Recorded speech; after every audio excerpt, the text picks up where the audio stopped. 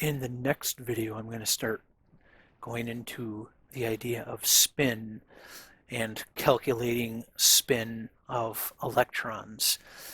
And so, at least insofar as we take some Hermitian operator and operate it on our state vector here, or ket vector, and we end up getting some eigenvalue lambda here multiplied by our ket vector.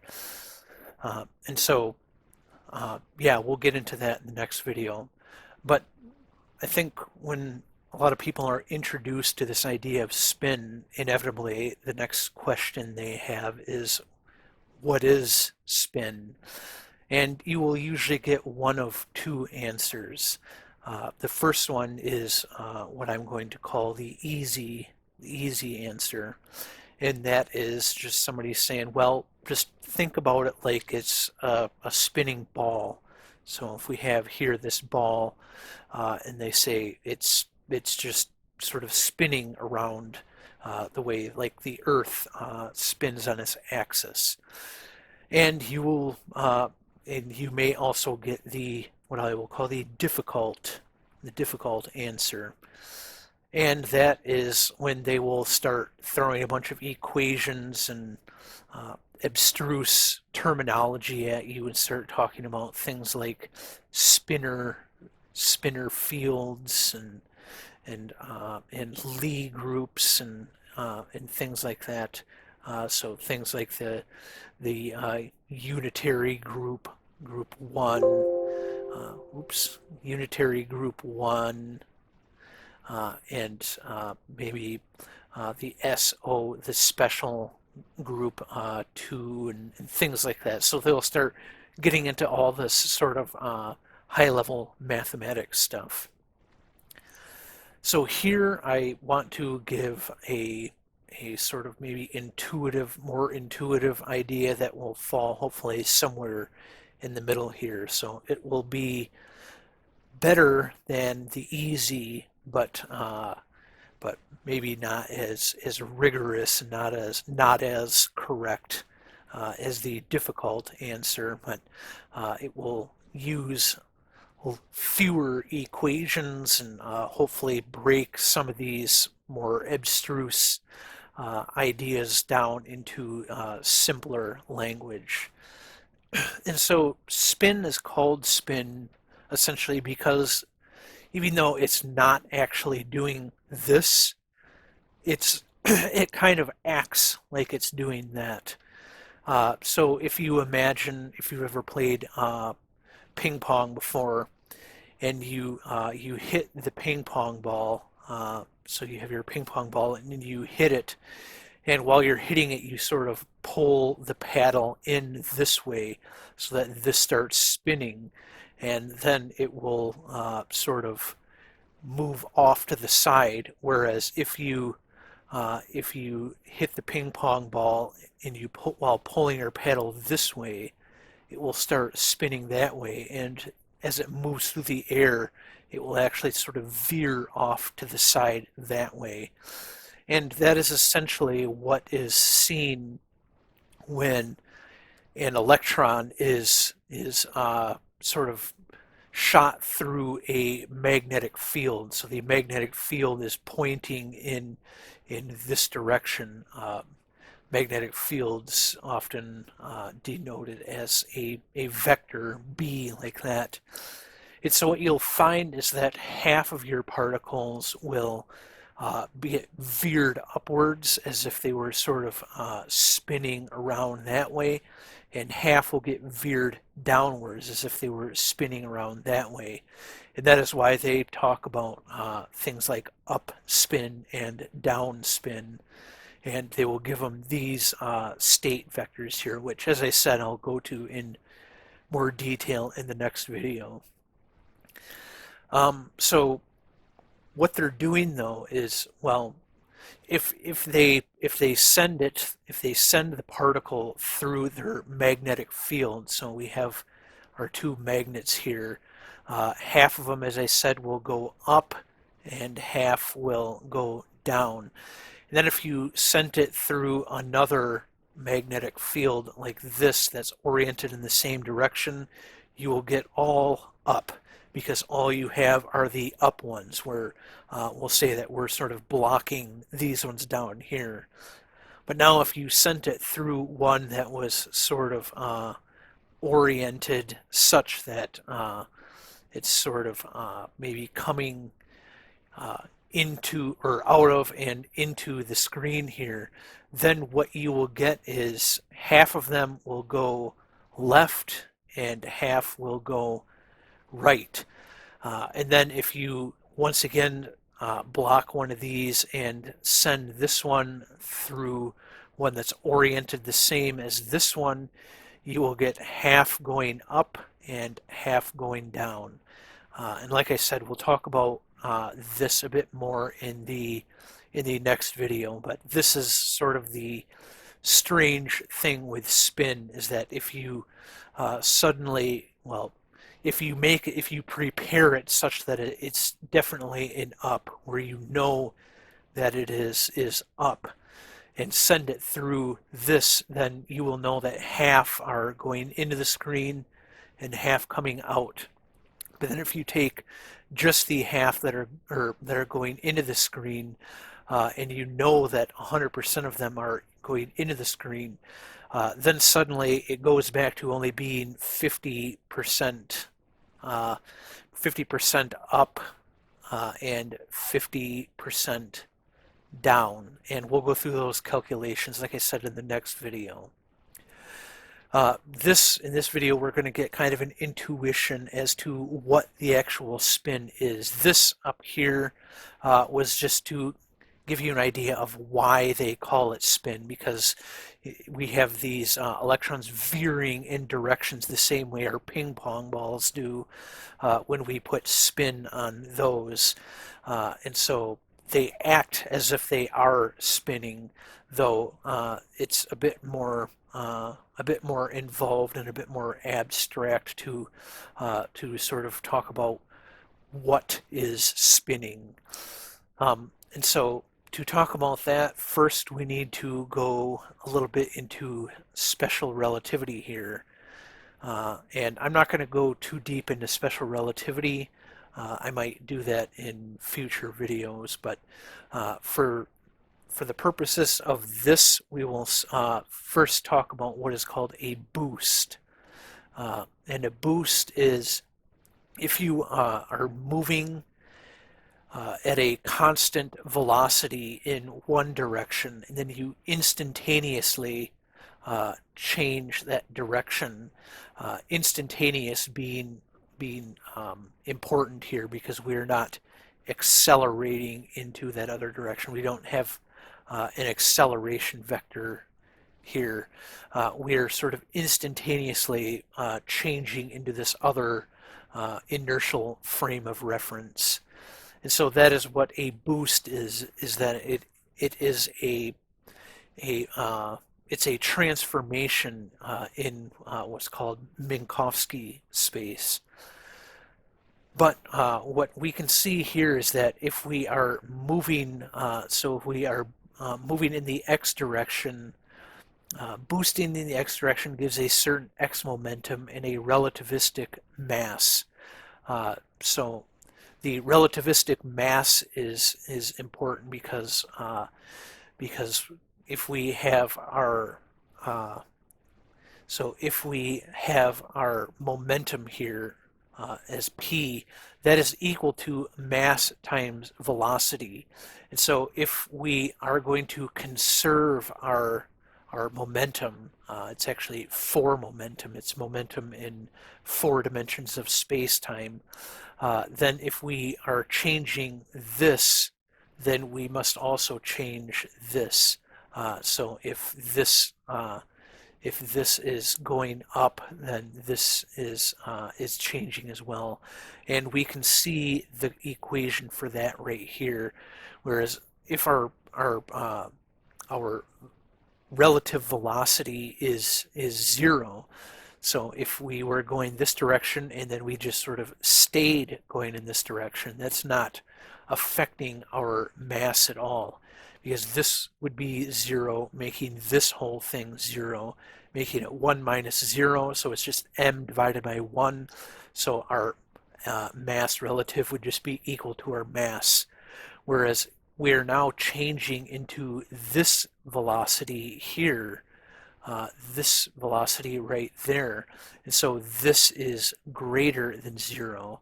So 1 minus some fraction here is less than 1. So we're dividing by something less than 1, but still greater than 0.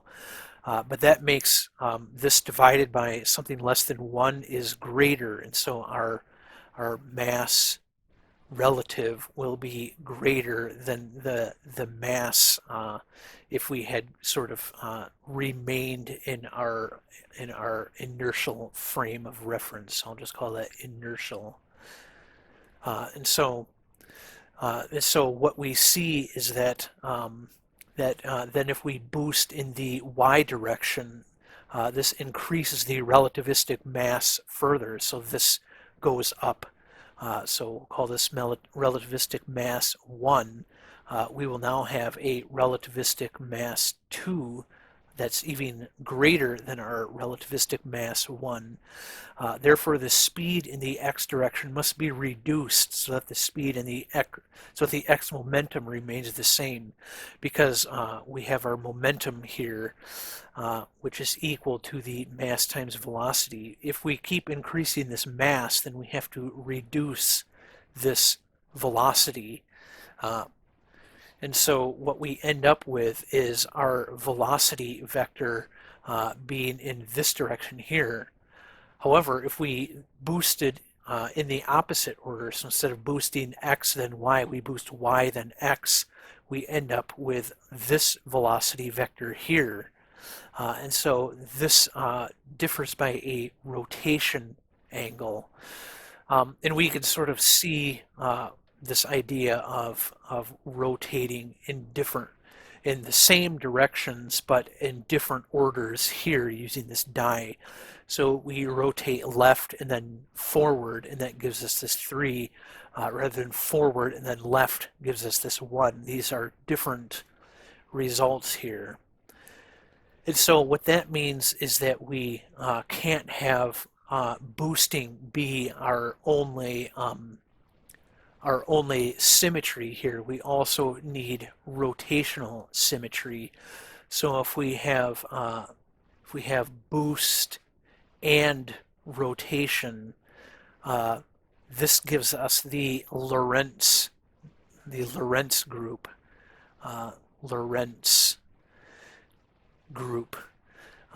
And I'm not going to go too much into group theory, but we'll just call this the Lorentz group, and that means that it is Lorentz symmetric. So if it's in the Lorentz group, it is Lorentz symmetric. And so having both these boosts and these rotations makes us Lorentz. This should have an N in here, Lorentz symmetric. We could then also add translation symmetry, which is just sort of moving in a straight line. Here is sort of the same as moving in a straight line here. And this, if we add this, so if we add plus translation, then we get what's called the Poincaré. There should be an A Poincaré group here. And you need that to sort of have your fully symmetric Minkowski space. But we're just going to sort of worry about this up here being Lorentz symmetric. And so we need this rotation group, or we need a rotation added into our group here. We need this rotation operation added into our group to make it Lorentz symmetric. And so that means that in order to be Lorentz symmetric, we have to have these rotations going on. And so we can always imagine that a particle that is moving through time is rotating, is always rotating. So if we are moving through time, then we can imagine, so we have time here and space in this direction. So time, and space here. So when we start moving in space, if we're standing still in time and we start moving through space, then we are rotated here by some angle relative to time. And so to be Lorentz symmetric, then then our particles will always have some spin going on.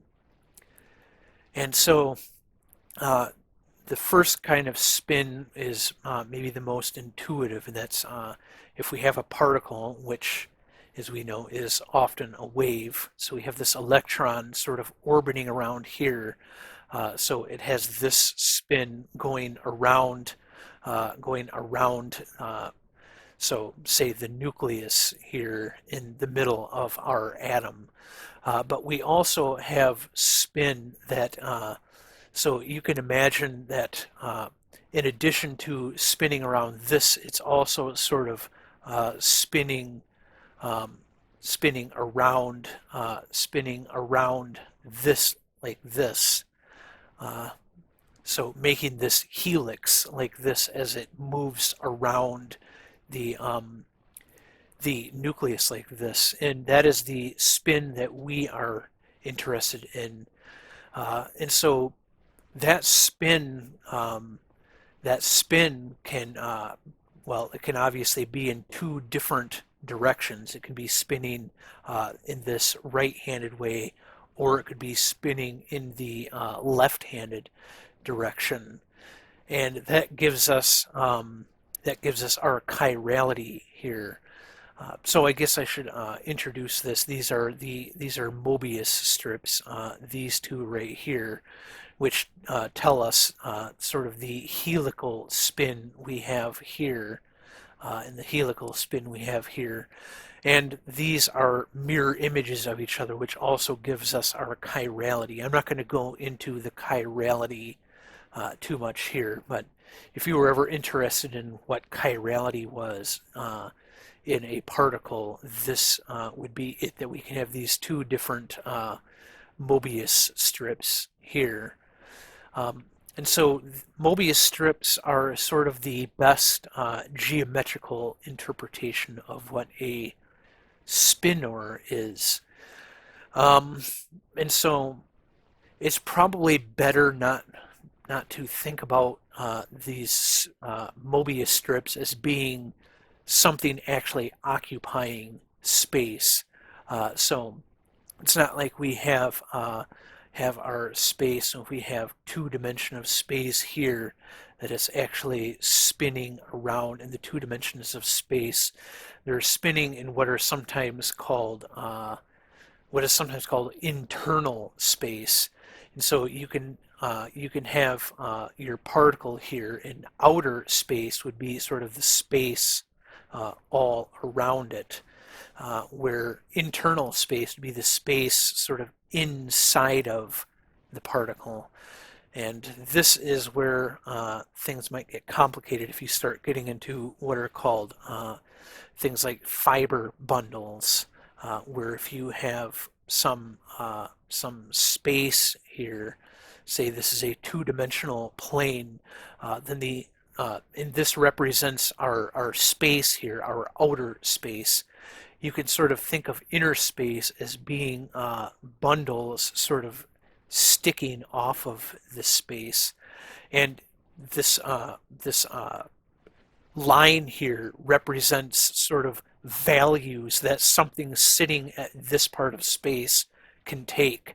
So this particle here might have a value of that, or it might have a value right there. And then sort of as this particle moves here, we might move from here down to here So these two lines representing the same set of values, but as we move from one part of space to another, it is moving to a different value on here. And then you get into what this here is, which is called a connection. And that will lead you into things like gauge symmetry, and I'm not going to go into that here. So we'll just sort of think about these spinors here, these Mobius strips, as sort of a helical motion. So we have a helical motion because as we move around this strip, so if we start here, we move down along this surface here, and then up over here, and then we end up sort of opposite, sort of on the opposite face of where we started. And so that is sort of like this helix here. We are, so as we moved down here, we went up and ended up here, sort of on the opposite end, and then we moved back down to here, sort of where we started again, as we then move along this. So this will then this moves up here, then comes out back around on top here. That's how the Mobius strip works.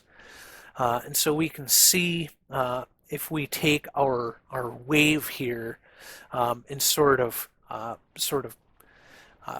do this transformation on here, that so we're sort of turning this into a circle that moves from one end here all the way to the other end. Then we can see that our up is on this side of the circle here, and then our down is on this side, and we keep moving like that. Whereas on a Mobius strip, if you move, like I said, if you moved all the way around, you sort of end up on the opposite side here. And so that, so only half of this wavelength here, this blue part, is traversed as we make a full rotation around this circle. So you need to make another round for the down part on here on the Mobius strip, and that is why these are called spin half. That is where the half comes from, because going around this whole rotation here only gets you halfway through the wavelength here. You must make another full rotation to get to the other end of it there. And so what ends up happening is so we see here we go through our blue, the 1, 2, 3, and you can sort of see that on here. Maybe we're starting here at the 1, and we move up through here and back down, and now we're on the other side here at 3. But now, because we're going down, so this, you see this is going up sort of, but now to do the other half up here, which is down, so down will be sticking through the same direction on the Mobius strip, because now we're sort of on the flip side of this Mobius strip, but our amplitude is pointing downwards like this, and so that's going to be sticking through the same side, and that's how we end up with this with constructive interference on here. And so that is one version of spin. So you can imagine if we had our Mobius strip, but our amplitude started in the reverse direction, then you would start with your amplitude sort of going down along this way, and then as it goes through the other direction, it goes down along the other way. And so this way is, we could call that spin up. But if we started with our amplitude pointing in the opposite direction, we would call that spin down. And so that is sort of the hopefully somewhat intuitive idea of what spin means on these spinors, which, as I said, the best sort of geometric interpretation of them. They're a bit abstract, but the best geometric interpretation of them, as I said, is as these Mobius strips. That, as I said, there is chirality to it, where we can imagine that. So a Mobius strip is done where if we have some circle here, and we sort of cut here and twist it around 180 degrees and then recombine it, we could also take it and twist it around in the opposite way, 180 degrees, and that is how we would get our different chiralities. But the spin is sort of which way the amplitude is pointing on our Mobius strip once we have a particular chirality for it. You could change the chirality and then also change the spin. And so essentially what you have is, we'll say, chirality 1 spin up. You can have chirality 1 spin down. You can have chirality 2 spin up and chirality 2 spin down. And these are the sort of the 4 ways that you can think about sort of, I guess, the sort of inner space of these particles. And so this can also then get into ideas of well, the chirality has to do with mass, and like I said, I'm not going to get too much into that. Yeah, I think that's where I'm going to stop this discussion here. Like I said, this is hopefully, like I said, the sort of intermediate answer of what spin actually is. So, like I said, you can get into much more difficult answers where they would go into more detail about things like the Lorentz group and being Lorentz symmetric, and about these fiber bundles, and you would actually get into what they call spinor bundles and things like that. I'll leave a few links in the description below if you want to get more in depth into these kind of things. But hopefully this is sort of, like I said, an intermediate difficulty answer to the question of what is spin.